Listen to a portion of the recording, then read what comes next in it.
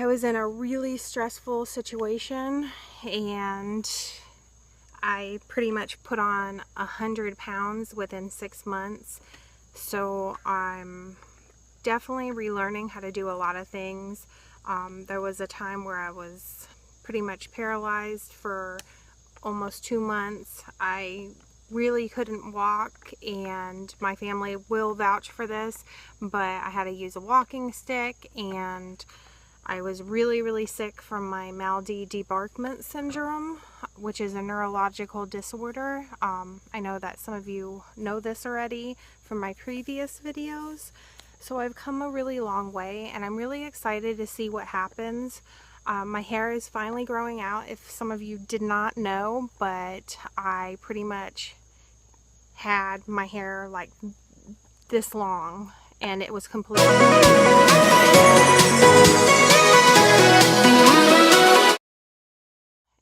completely shaved in the back.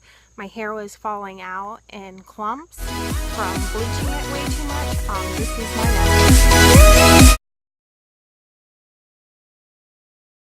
This is my natural hair color. There's no color in it. It's very healthy. It's because I had an undercut, it's obviously sticking up now because I've had it pulled up. But yeah, this is my natural hair color, and it is finally getting to the point where I can style it a little bit different and pull it up. So I'm kind of excited about that. That's why I have my cute little pigtails today. Basically, the point of this video is I went vegan and bought land, bought a camper, bought a shed, and pretty much set up a little homestead with my 2 children. I am a single mom. I'm learning to adjust back to being simple and living off of what I have. For now, I've decided I'm definitely not going to be dating or interested in any kind of relationships or anything like that. I just really want to take the next 5 years and focus on myself and get back healthy, mentally and physically, and just be able to accomplish what I need to accomplish. We are not going to be living in the camper forever, so I just wanted to let people know that. My camper does have 2 bedrooms. The kids share 1 room, and I have my own room. I know a lot of people were asking that. How does that work? It is totally legal when you have a family in a camper. You just have to make sure that, number one, everybody has their own bed, and the kids, as far as I know, at a certain age, what I was told is for my county, they have to be siblings and of the same sex to be able to share the same room. And they do have bunk beds in this room. And then in my room, I have my own bed, and I have a curtain that closes into a door, or that divides it as a door. So it is possible to live tiny if you're a single mom like I am. There are other alternatives if you're in a relationship that is not healthy and is toxic. I just want to encourage you that it does not have to be that way. You can survive. You've got to figure out a way to save a little bit of money. You can buy land cheap. What I did is I went on Craigslist and I started searching through all the ads locally of my county to see who was selling land and how much. I looked for electrical hookup. I looked for septic and well.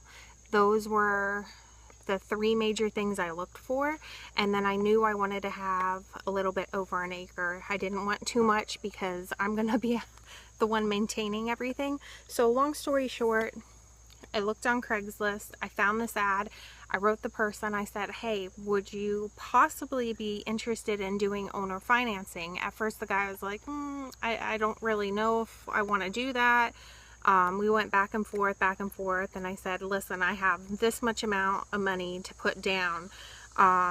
If not, there's another property I'm interested in, and I'm probably going to go with that one if I don't hear back, because supposedly he had another deal maybe going on this property.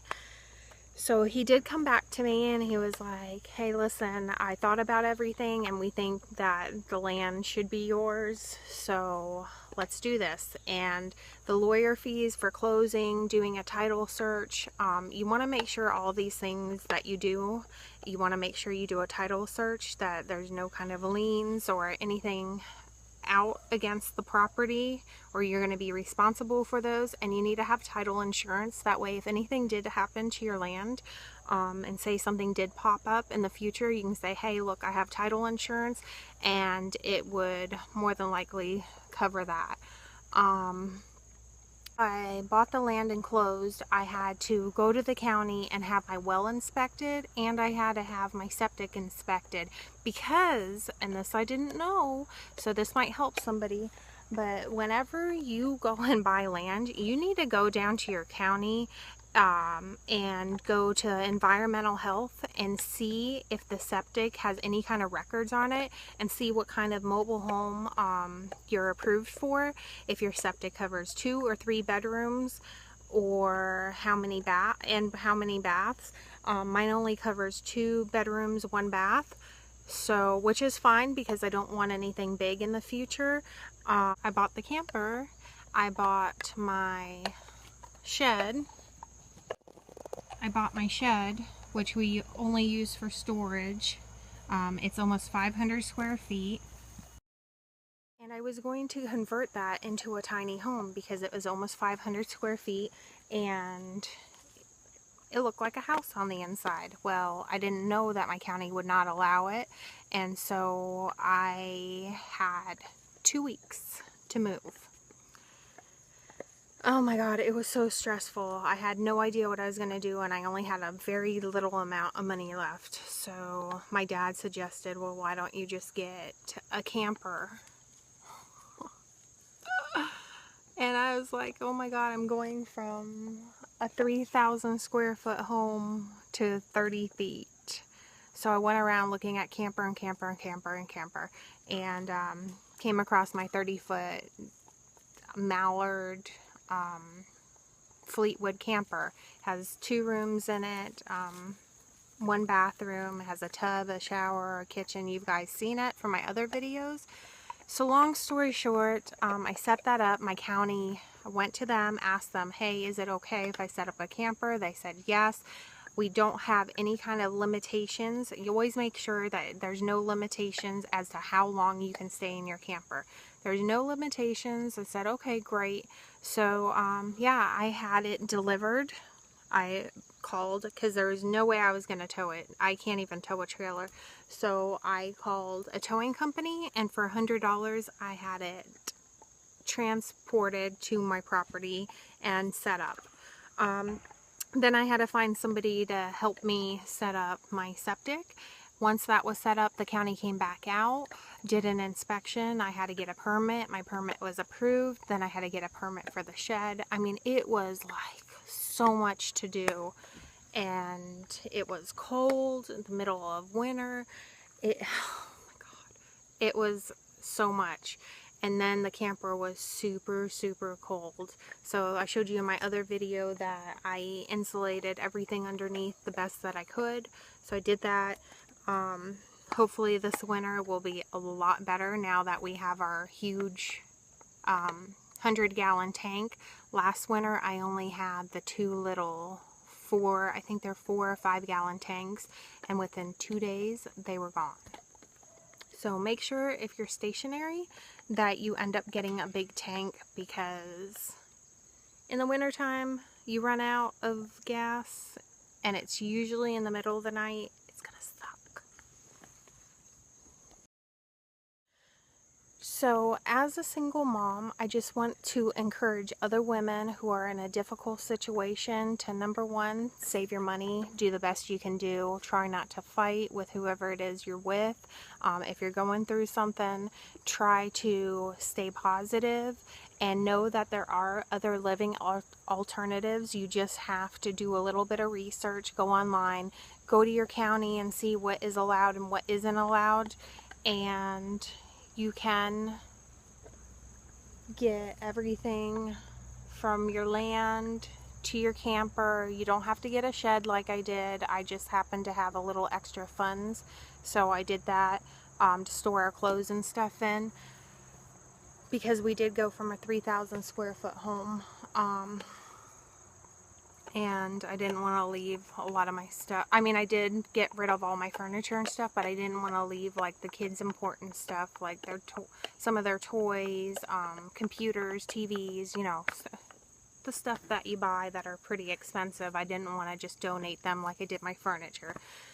You can live out of a camper. Totally possible. You can cook nice meals. I'm vegan. My kids are not. I do a lot of my cooking outside on my grill, and I do have an AC unit. It stays very nice and cold during the summer. I didn't have one single, knock on wood, one single problem with my AC running or anything. Let's see, heat in the winter time. So yeah, I just wanted to encourage all you single women who might be going through a difficult time like I did, not to give up.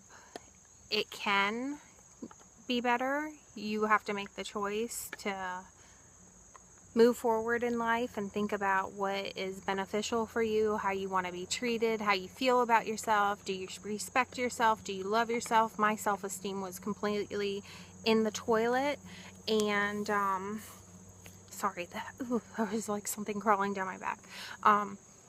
My self-esteem was completely in the toilet. I didn't feel good about myself. I would remember looking at myself in the mirror and being like, no wonder nobody likes you. Look how fat you are. Look how ugly you are.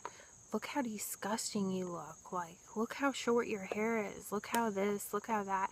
And I quit doing that.